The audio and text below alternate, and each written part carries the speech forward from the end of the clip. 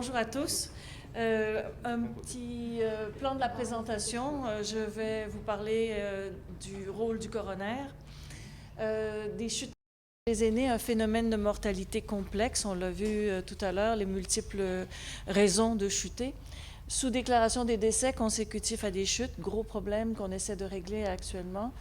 Je vais vous parler un petit peu des recommandations des coroners. Et puis ensuite, évidemment, il y aura vos questions. Alors, le rôle du coroner. Alors, le mandat du coroner a été défini sur la recherche des causes et des circonstances des décès. Le coroner a pour fonction de rechercher, au moyen d'une investigation ou parfois d'une enquête.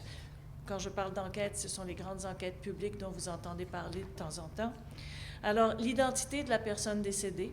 Alors, évidemment, la personne qui est trouvée morte par un membre de sa famille, c'est assez facile l'identification, mais par contre, on trouve souvent des gens très isolés, des gens dont on n'arrive pas à déterminer l'identité, à moins de faire des expertises approfondies. C'est sans compter évidemment les personnes que l'on retrouve dans le fleuve ou des ossements que l'on trouve. Donc, une des choses à faire, c'est d'identifier la personne. Il faut aussi déterminer la date et le lieu du décès. Ça aussi, c'est facile quand on voit la personne mourir devant nous ou qu'elle meurt à l'hôpital entourée de médecins et de proches.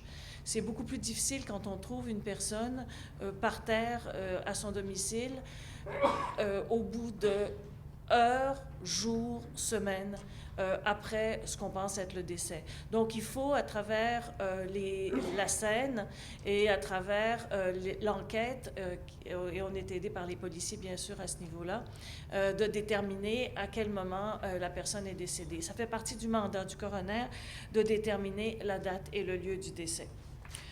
Il faut ensuite essayer de trouver les causes et les circonstances du décès. Les causes, ce sont souvent les causes médicales, c'est-à-dire la raison. Est-ce que, bien sûr, le fait de dire qu'elle est en arrêt cardio-respiratoire, ce n'est pas une cause de décès, c'est simplement la réalité. Il faut déterminer si la personne est morte de façon naturelle, morte de façon accidentelle. Est-ce qu'il y a l'intervention d'un tiers dans ce décès?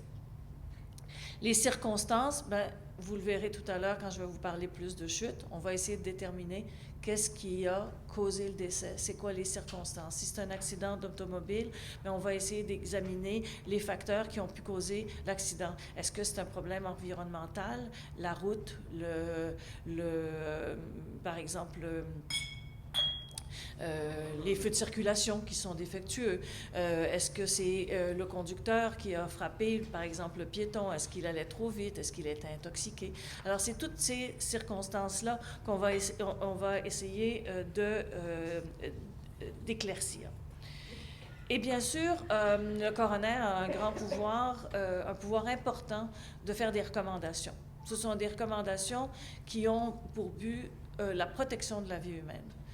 Donc, on a, heureusement, dans beaucoup de dossiers, on fait des recommandations pour modifier des façons de faire. Alors, ça peut être aussi bien à un ministère de changer un règlement. Ça peut être si on parle de personnes âgées, à un centre d'hébergement. Ça peut être aussi, même parfois, à un propriétaire. Par exemple, au niveau d'une piscine qui ne serait pas clôturée. Prenons cet exemple-là. Donc, on a un vaste pouvoir de recommandation, mais ce ne sont évidemment que des recommandations. Donc, il n'y a pas d'obligation à suivre ces suggestions du coroner. C'est évidemment notre... le poids de l'institution qui peut faire en sorte que les personnes à qui on s'adresse agissent. Alors, c'est ce qu'on essaie de faire. Et puis, heureusement, on a une assez bonne coopération de l'ensemble des partenaires à qui on fait des recommandations. Le rapport du coroner, il est public. et il est largement diffusé. Si vous voyez notre site Internet, vous allez être en mesure de voir les recommandations que l'on fait de façon régulière. Il y a bien sûr parfois des communiqués de presse qui sont émis pour parler d'un dossier particulier, mais il y a aussi simplement sur notre site Internet des recommandations qui sont résumés, et les rapports étant publics, une personne intéressée à lire un rapport peut l'obtenir de façon très, très facile, sans frais maintenant. Alors, quels sont les motifs de signalement d'un décès? Alors, évidemment, ce ne sont pas tous les décès qui surviennent au Québec qui sont examinés par un coroner. Mais on va parler aujourd'hui des chutes, donc des décès violents. Alors, les décès violents, on parle d'accidents, de meurtres, de suicides. Obscurs, une personne s'effondre devant témoin, il a 30 ans, personne ne peut savoir, le médecin qui constate le décès n'est pas en mesure de déterminer qu'est-ce qui l'a fait mourir. Donc, il faut à ce moment-là appeler le coroner pour essayer de déterminer par une autopsie, par des examens d'expertise toxicologique, par exemple, qu'est-ce qui s'est passé. Est-ce que c'est une surdose de drogue? Est-ce que c'est une malformation cardiaque malgré son jeune âge? Donc, c'est ce qu'on va essayer de déterminer. Ou, depuis quelques années, les décès survenus par suite de négligence, qui sont donc des cas obligatoires d'avis au coroner. Alors, une famille qui va nous appeler, par exemple, pour nous dire, écoutez, mon père était dans un centre d'hébergement, il a on ne s'est pas occupé de lui, on l'a laissé par terre, ou on ne lui a pas donné ses médicaments, etc., etc. Donc, négligence alléguée, un coroner va examiner le décès, les circonstances du décès, les causes du décès, avec tous les moyens dont il dispose pour donner des réponses aux familles. Et s'il y a vraiment matière, s'il y a eu négligence, bien évidemment, ça peut être une négligence criminelle, mais ça peut être aussi simplement une négligence de société, si on veut. Lorsque la cause du décès est inconnue, donc c'est bien sûr, ce sont les cas de décès obscurs dont j'ai parlé tantôt. Lorsque l'identité est inconnue, par exemple, si on sait bien que la personne elle est morte dans un accident d'automobile, d'un grave traumatisme crânien, mais qu'on ne connaît pas son identité, c'est un cas obligatoire aussi d'avis au coroner. On doit aussi intervenir, les coroners interviennent lorsqu'il y a une entrée de corps au Québec, c'est-à-dire une personne va mourir de façon violente ou obscure à l'extérieur de la province, que ce soit au Canada, aux États-Unis ou dans un pays d'Afrique, c'est la même chose. Donc, on a souvent des entrées de corps, par exemple en l'Ontario, les provinces limitrophes, ou les États-Unis, des gens qui vont mourir lors d'un voyage ou d'un séjour dans une autre province, mais ça va être un cas obligatoire de coroner. Et puis aussi toutes les personnes décédées qui se font enterrer à l'extérieur du Québec. Là encore, que ce soit en Ontario, au Nouveau-Brunswick ou en Israël, tous ces cas-là doivent passer par le coroner, qui doit donner son autorisation. On a aussi des décès qui surviennent dans des lieux particuliers qui doivent obligatoirement faire l'objet d'un avis au coroner. Alors, on parle d'un centre de réadaptation, un pénitencier, un centre de détention et tout ce qui s'y rattache, c'est-à-dire qu'un prisonnier souffre de cancer, il est en phase terminale, on le sort de sa prison pour l'amener notamment à Laval. La Cité de la Santé reçoit souvent des détenus. Ils sont considérés encore là comme des détenus, même s'ils sont dans un milieu hospitalier. Donc, même si c'est une mort naturelle, connue, attendue, ça va être un cas de coroner. La loi est ainsi faite pour qu'on vérifie s'il n'y a rien d'anormal qui s'est passé, si on l'a traité adéquatement tout au long de sa vie. un poste de police, bien sûr, dans le même esprit, une garderie, et une famille d'accueil. Lorsque le décès survient dans un de ces lieux-là, c'est un cas obligatoire pour un avis au coroner. Alors, qui doit signaler le décès? Alors, de façon générale, un médecin ou un agent de la paix doit signaler un décès lorsqu'il croit qu'un des critères, donc l'identité n'est pas confirmée ou les causes du décès sont violentes ou obscures, donc, etc. Donc, la personne a un devoir légal de signaler le décès. On verra tout à l'heure que malheureusement, ce n'est pas toujours fait.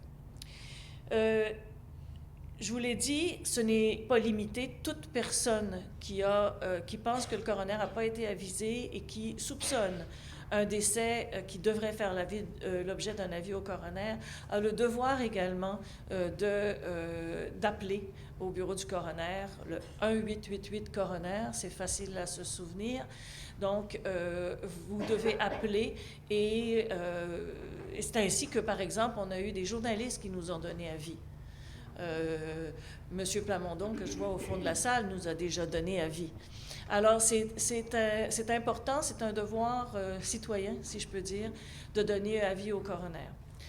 Évidemment, on a malheureusement des cas où les personnes des familles, par exemple, sont très, très frustrées des soins que leur proche a eus, par exemple en centre d'accueil, enfin en CHSLD, qui vont soupçonner des choses qui finalement, heureusement, n'existent pas toujours. Mais il est arrivé des cas où les enquêtes de coroner ont été déterminantes.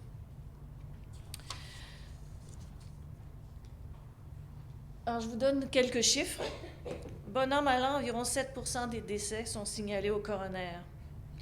Vous voyez, c'est toujours à peu près 4000 décès qu'on investigue. Il y a eu, l'an dernier, 5000 rapports d'investigation ou d'enquête qui ont été déposés par les coroners. Vous savez que les coroners sont partout. On a des coroners qui, en ce moment même, sont de garde partout au Québec. C'est 24 heures sur 24, 365 jours par année. Un coroner peut être joint, dépendant de la région où l'on est. Il y a toujours, avec le 888 coroner, on peut toujours trouver un coroner, que ce soit dans le fin fond de la Gaspésie, en Abitibi ou à Montréal. Il y a en ce moment à peu près 80 coroners là, qui sont de garde. Donc, ces 80 coroners ont fait à peu près 5000 rapports.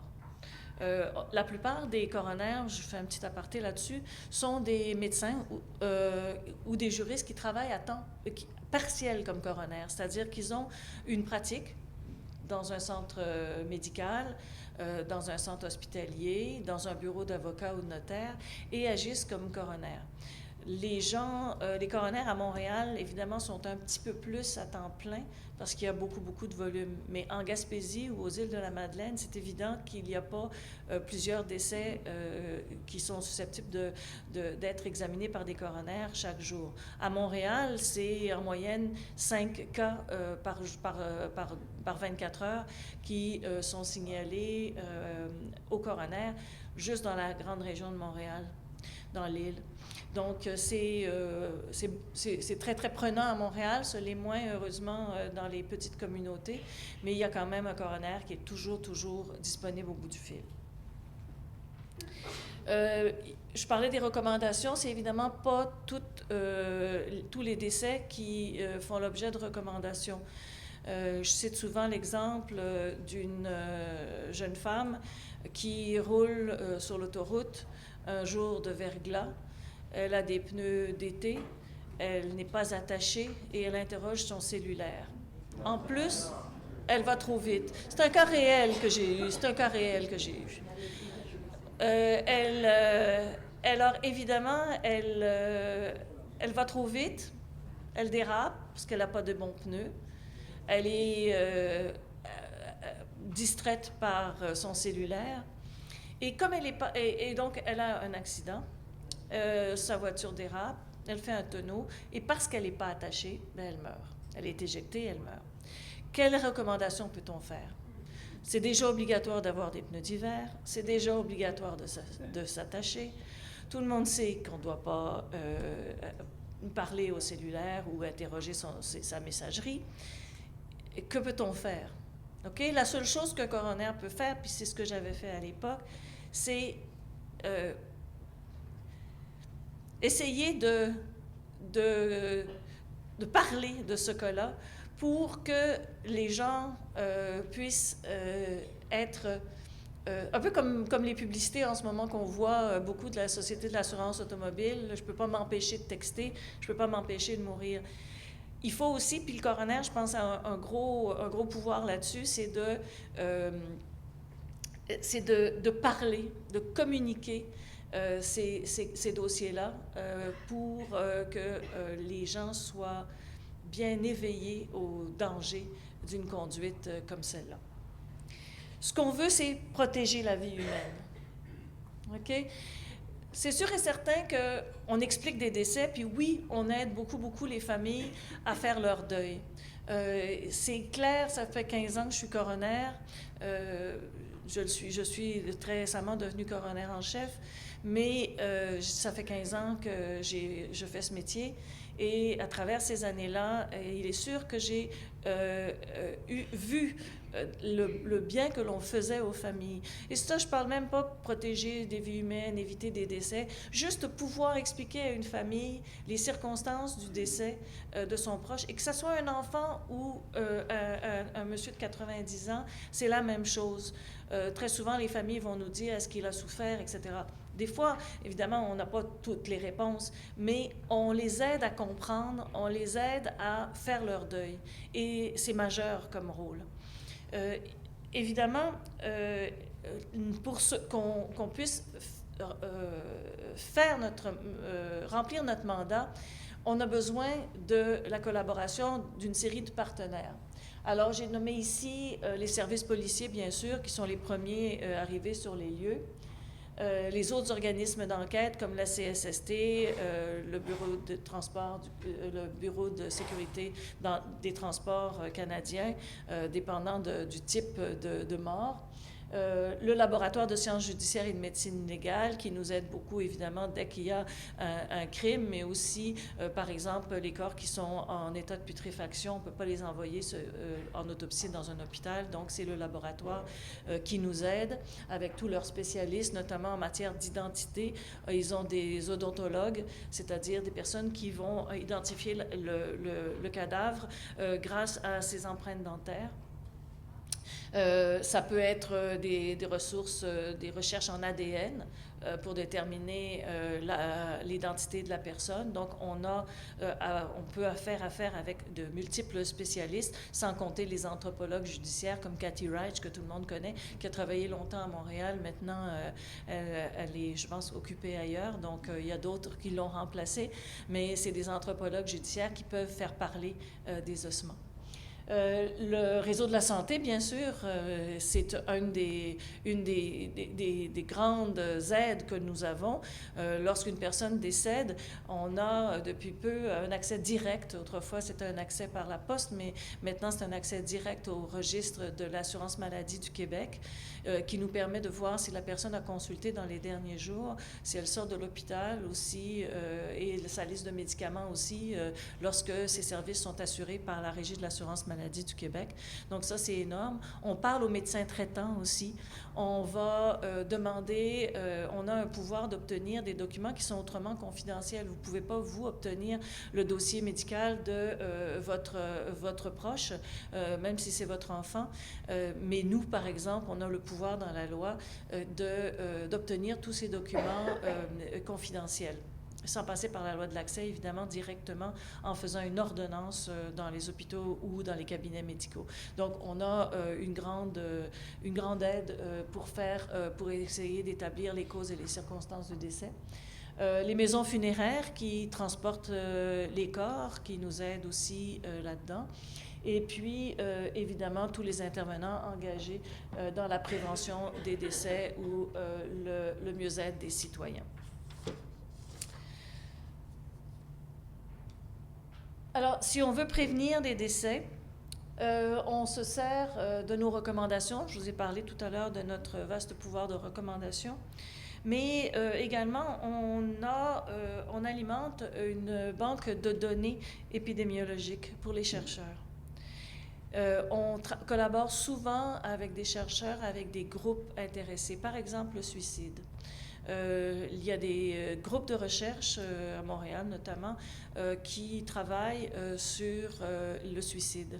On a même des échanges, ils font des analyses des cerveaux de personnes qui se sont suicidées et d'autres qui sont mortes, des personnes qui sont mortes dans la même catégorie d'âge, là, par exemple d'un accident.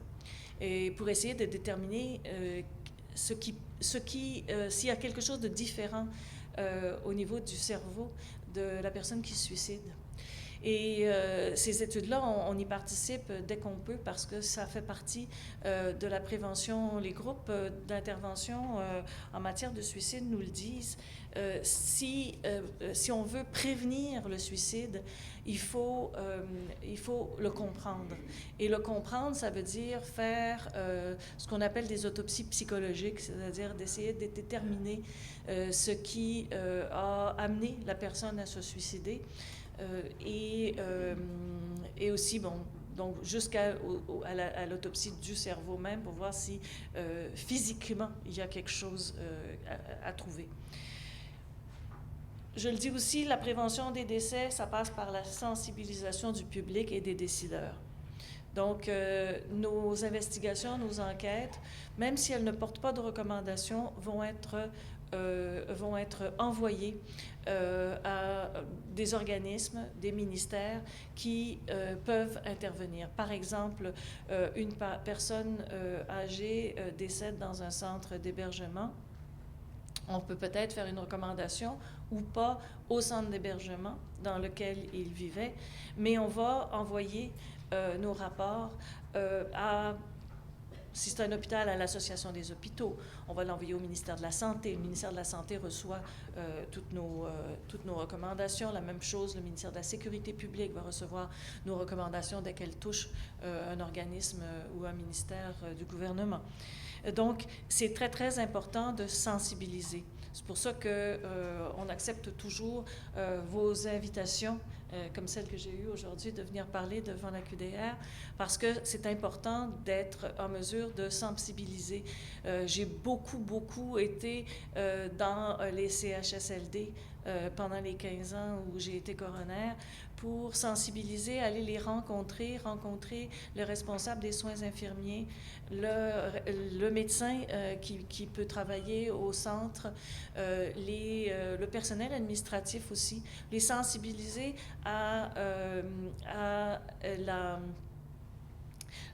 au contexte, à notre travail, à notre mandat, mais aussi au contexte dans lequel on œuvre.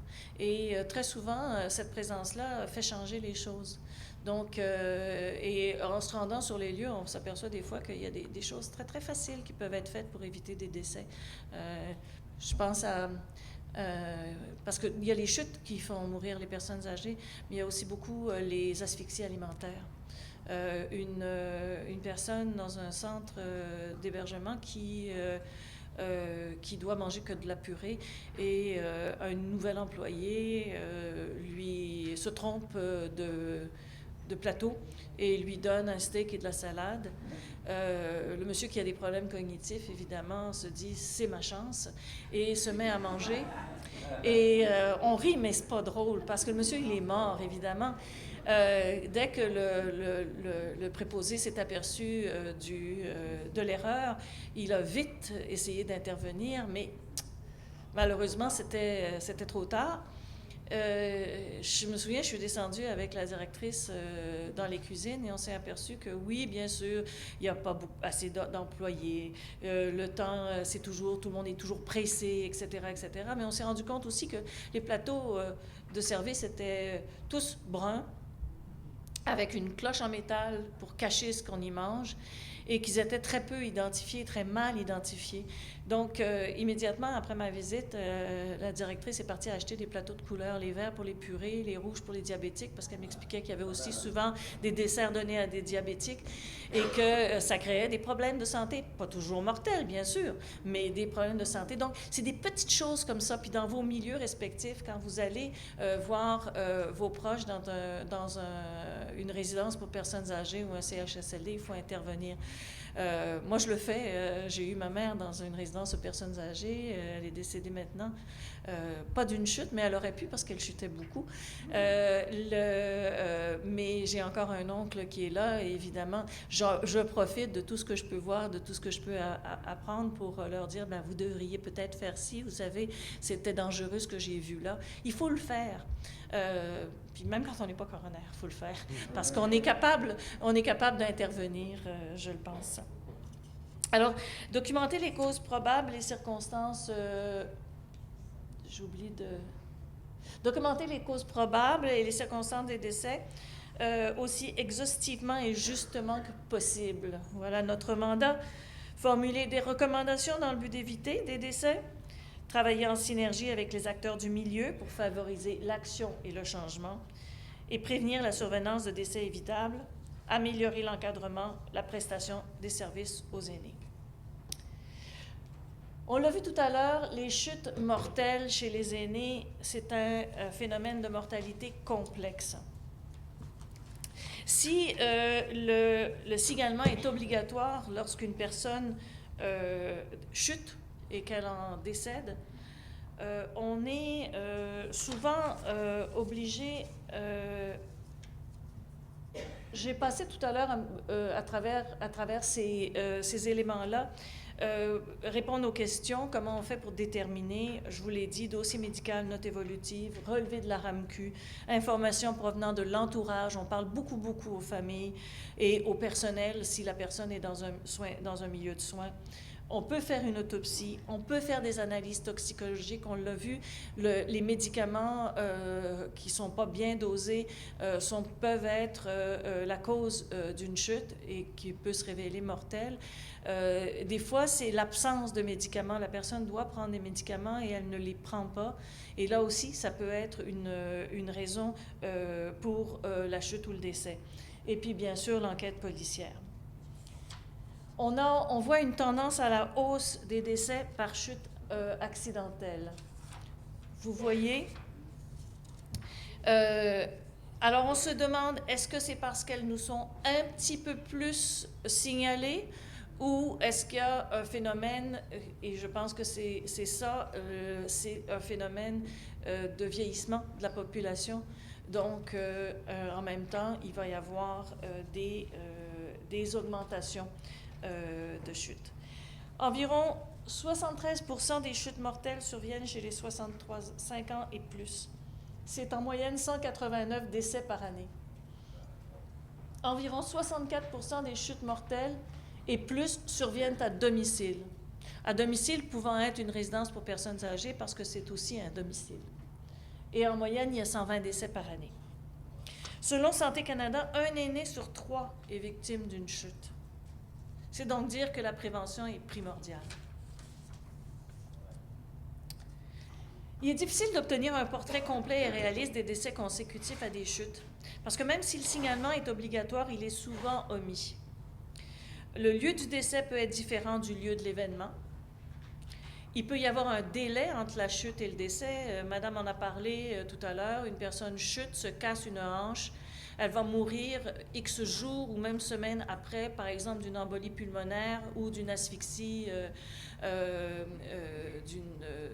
de différentes complications dépendant de ses comorbidités précédentes. C'est souvent des personnes qui ont des problèmes déjà de cardiaque, des problèmes d'insuffisance rénale ou autres, qui sont aggravés par la chute, la chirurgie peut-être, mais aussi juste par l'immobilisation.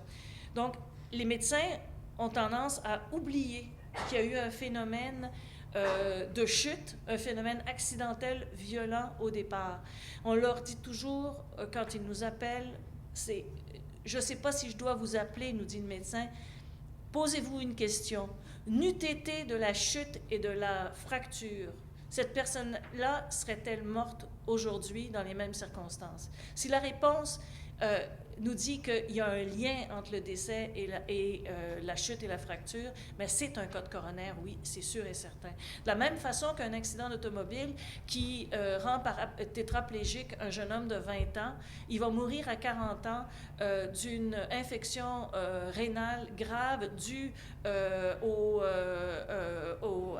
à sa condition, peut-être à ses problèmes urinaires, etc. Bien, c'est un décès en lien avec l'accident, puis un décès qui doit être rapporté au coroner. Les décès peuvent être multifactoriels. On dit la chute peut être un facteur parmi d'autres. Le décès peut être attribué à des fractures d'origine non précisée. Est-ce que c'est juste, par exemple, une fracture de vieillesse? Je ne sais pas comment on dit ça dans la vraie vie, mais due à une ostéoporose, puis qui est pas vraiment due à un événement traumatique, accidentel. Et puis, on peut se demander, par exemple, la personne, oui, est retrouvée par terre avec un traumatisme crânien, mais a-t-elle fait un petit infarctus ou un AVC avant sa chute dans les escaliers? Il faut essayer de déterminer qu'est-ce que c'est la cause de la chute. Et c'est souvent à la fin seulement d'une investigation qu'on est capable de déterminer si la personne, puis des fois il nous faut une autopsie pour ça, si la personne a chuté parce qu'elle est morte, puis on peut le voir parfois, des fois, par la quantité de sang qui va s'être écoulée, évidemment.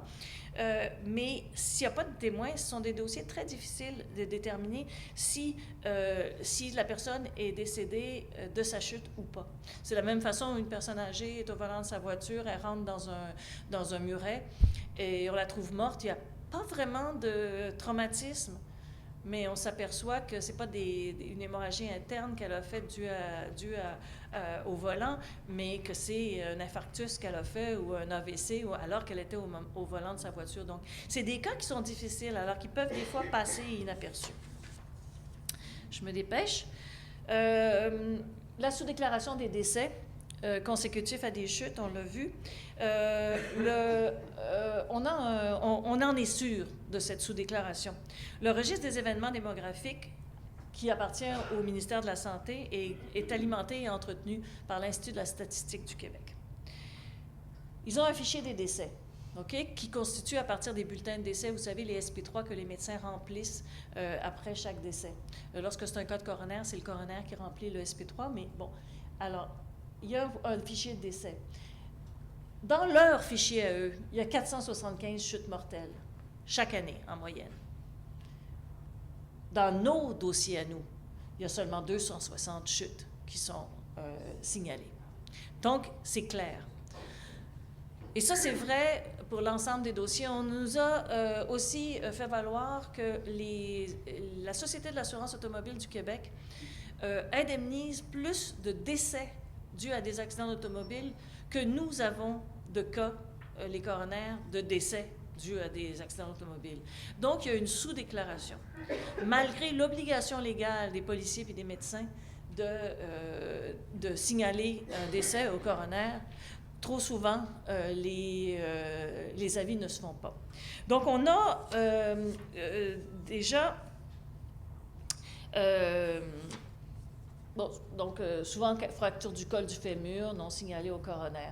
Des centaines de décès violents échappent au coroner. Les derniers chiffres, assez affolants, nous laissent penser que c'est entre 1000 et 2000 par année sur les 4000 décès qu'on investigue qui ne sont pas signalés au coroner. C'est probable que beaucoup de ces chutes-là, évidemment, touchent des personnes âgées parce que c'est les personnes les plus à risque. Un jeune homme de 15 ans qui tombe d'une marche va peut-être se fouler une cheville ou même se casser une jambe, mais il va probablement pas mourir parce qu'il va avoir le réflexe de ne pas se cogner la tête ou il ne sera pas sous anticoagulants pour que ça devienne absolument dramatique. On s'efforce depuis plusieurs mois. Là, j'ai été nommée au mois de mars, non pas par intérim, mais pour vrai. Oui. J'ai eu un petit intérim à l'automne, mais j'ai été nommée coroner en chef pour 5 ans. Donc, Je leur dis toujours, vous êtes pris avec moi, mes chers collègues. L'entente, on est en train de développer une entente avec l'Institut de la statistique du Québec pour pouvoir avoir accès à tous les bulletins de décès qui sont signés par des médecins au Québec afin de faire une vérification, savoir si les cas sont bien signalés. Puis si on a ça, moi je pense qu'au bout d'1 an, 2 ans, en tout cas, au bout d'un certain nombre d'années, on va être capable de régler ça à la source, puis on n'aura même plus besoin de faire des vérifications parce qu'on va être capable d'intervenir auprès des médecins, auprès des hôpitaux, auprès des CHSLD qui oublient de nous donner avis lorsque c'est un cas. Alors, on est en train de travailler là-dessus. Ce qu'on a fait aussi, c'est un aide-mémoire pour les coronaires. Je l'ai ici. Nos coronaires, je vous le disais, ce sont des coronaires à temps partiel, beaucoup. Certains ne font pas beaucoup de cas. Moi, je faisais 300 dossiers par année, mais il y en a qui en font 10, 20 par année. Donc, c'est difficile d'avoir des habitudes de comment investiguer avec la meilleure bonne volonté du monde. Donc, on a préparé certains aides-mémoires pour les aider dans leur travail d'investigation. Et on en a fait un sur la chute accidentelle chez une personne âgée. On a fait un répertoire des facteurs de risque individuels et environnementaux. Puis ça fait beaucoup référence à ce que la conférencière avant moi a parlé, Madame, les facteurs de risque environnementaux, mais aussi les médicaments. On leur nomme les médicaments les plus étroitement associés à un risque de chute. D'autres facteurs, dans le cas d'une chute de lit, par exemple, regardez la hauteur du matelas. Certains facteurs spécifiques devraient être vérifiés, les ridelles, les contentions, la présence d'un tapis amortisseur, la présence d'un détecteur de déplacement. Ce sont des choses qui peuvent aider la personne à éviter une chute mortelle. Donc, c'est évident que si on tombe puis que le matelas est très haut ou si le matelas est presque à terre, ça fait toute une différence pour les risques de lésions. Donc, on a développé cet outil-là qui est constamment perfectible. Puis je pense que la conférence, je vais examiner attentivement, voir si tous les facteurs de risque ont bien été déterminés par mon équipe. On essaie beaucoup d'influer sur les partenaires du réseau de la santé. Comme je vous dis, mes collègues, moi, j'ai un collègue qui va systématiquement rencontrer les étudiants en médecine. On fait des interventions auprès des DSP des hôpitaux. On fait des interventions auprès de certains médecins. On fait des interventions dans les CHSLD, dans les résidences pour personnes âgées.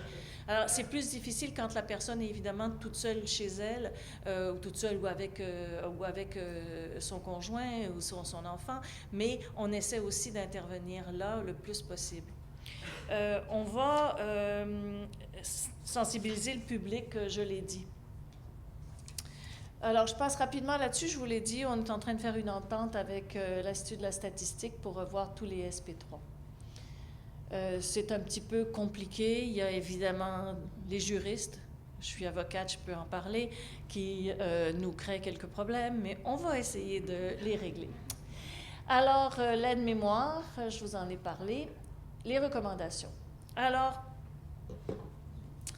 les recommandations sur les chutes concernent notamment l'évaluation des capacités locomotrices.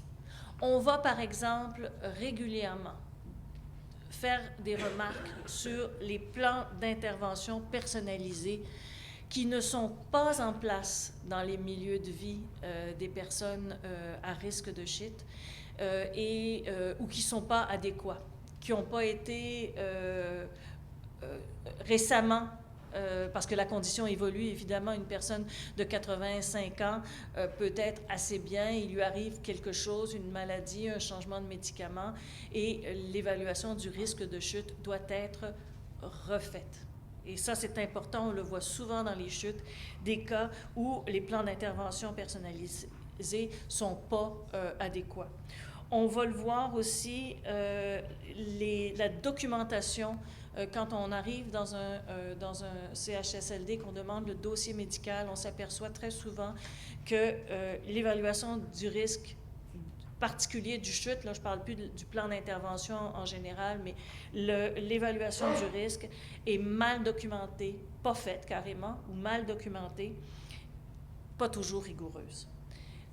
Nos recommandations portent beaucoup, dans ces cas-là, sur la formation des intervenants du milieu.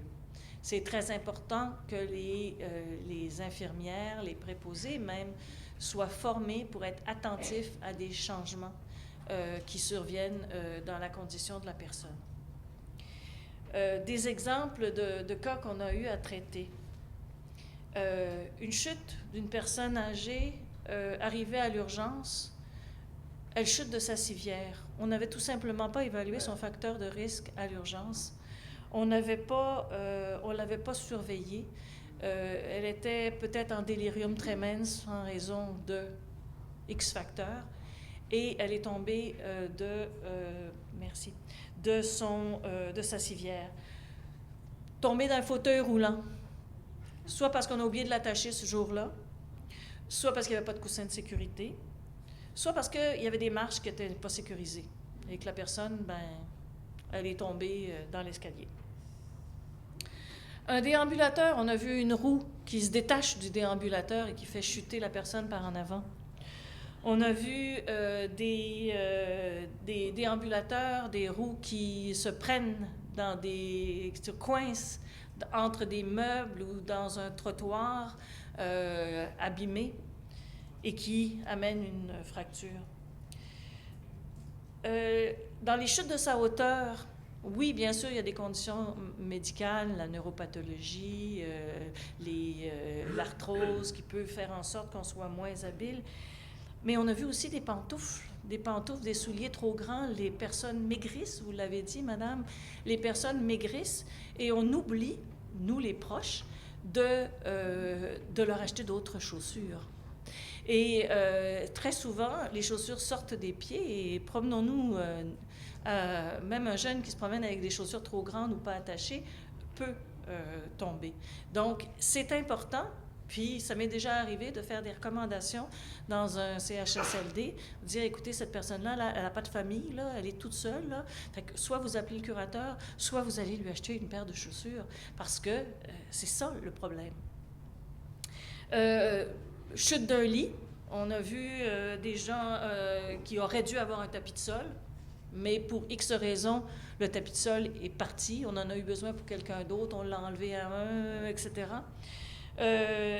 Des détecteurs de déplacement qui sont là, mais souvent inadéquats.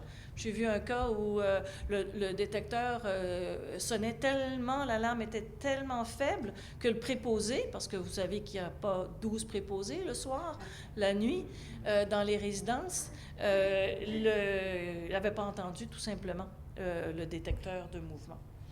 Alors, c'est toutes sortes de cas comme ça. Je peux, pour conclure, excusez-moi, vous dire qu'on travaille fort.